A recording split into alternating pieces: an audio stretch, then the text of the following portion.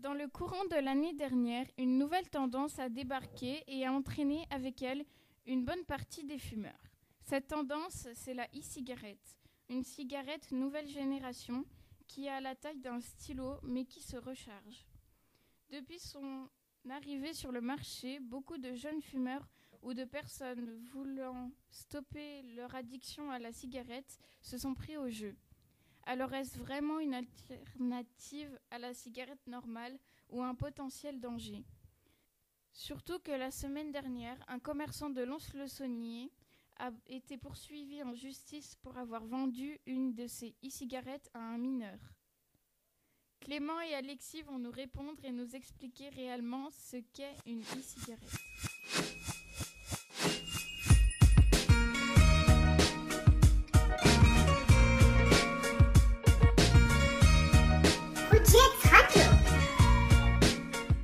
La e-cigarette est une cigarette de la taille d'un stylo, qui s'utilise de la même façon qu'une cigarette normale. Mais on ne fume plus, on vapote. Et là, la différence de cette simple cigarette, c'est que le liquide que l'on met dans la cigarette, qui se transforme ensuite en fumée, peut avoir différents goûts. Vu de cette façon, cette alternative à la cigarette a l'air bénéfique et inoffensive, mais les scientifiques qui n'ont pas encore réussi à montrer des effets néfastes et conseillent néanmoins de ne pas y toucher. C'est un bras de fer entre les vendeurs et fabricants qui estiment que vapoter c'est mieux que fumer, et les médecins et scientifiques qui cherchent à enrayer cette tendance pour éviter les problèmes futurs. Pourtant, un troisième acteur s'invite et c'est l'État, qui pense que cette e-cigarette est celle qui va inciter les jeunes à entrer dans le monde du tabac.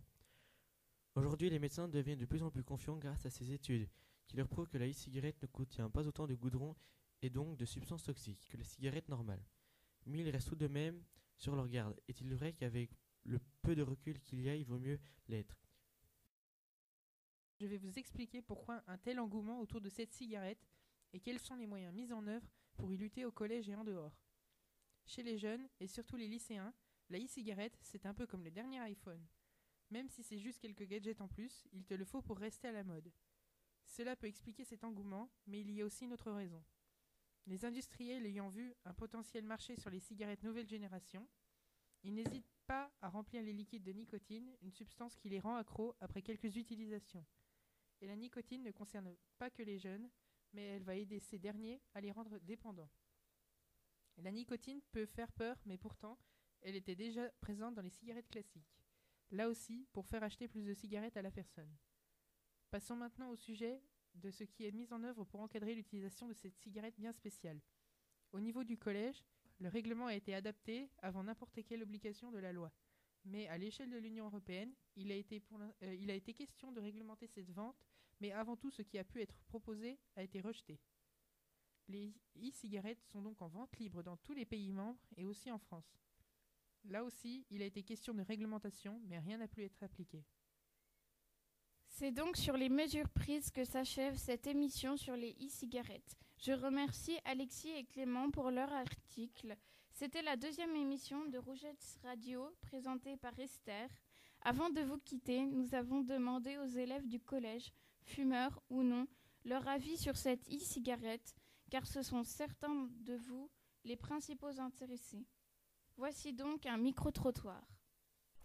Que pensez-vous de la e-cigarette ? Je pense que c'est dangereux comme une simple cigarette, mais un peu moins. C'est mieux que la cigarette normale, quoi. Qu'on peut fumer tranquille comme ça, voilà. Mais il y a toujours de la nicotine, donc au final, il y a toujours un risque d'addiction. Je pense que ça pourrait aider plein de personnes à arrêter de fumer. Je pense que ça sert un peu à rien. Mais bon, après, c'est ma vie personnelle.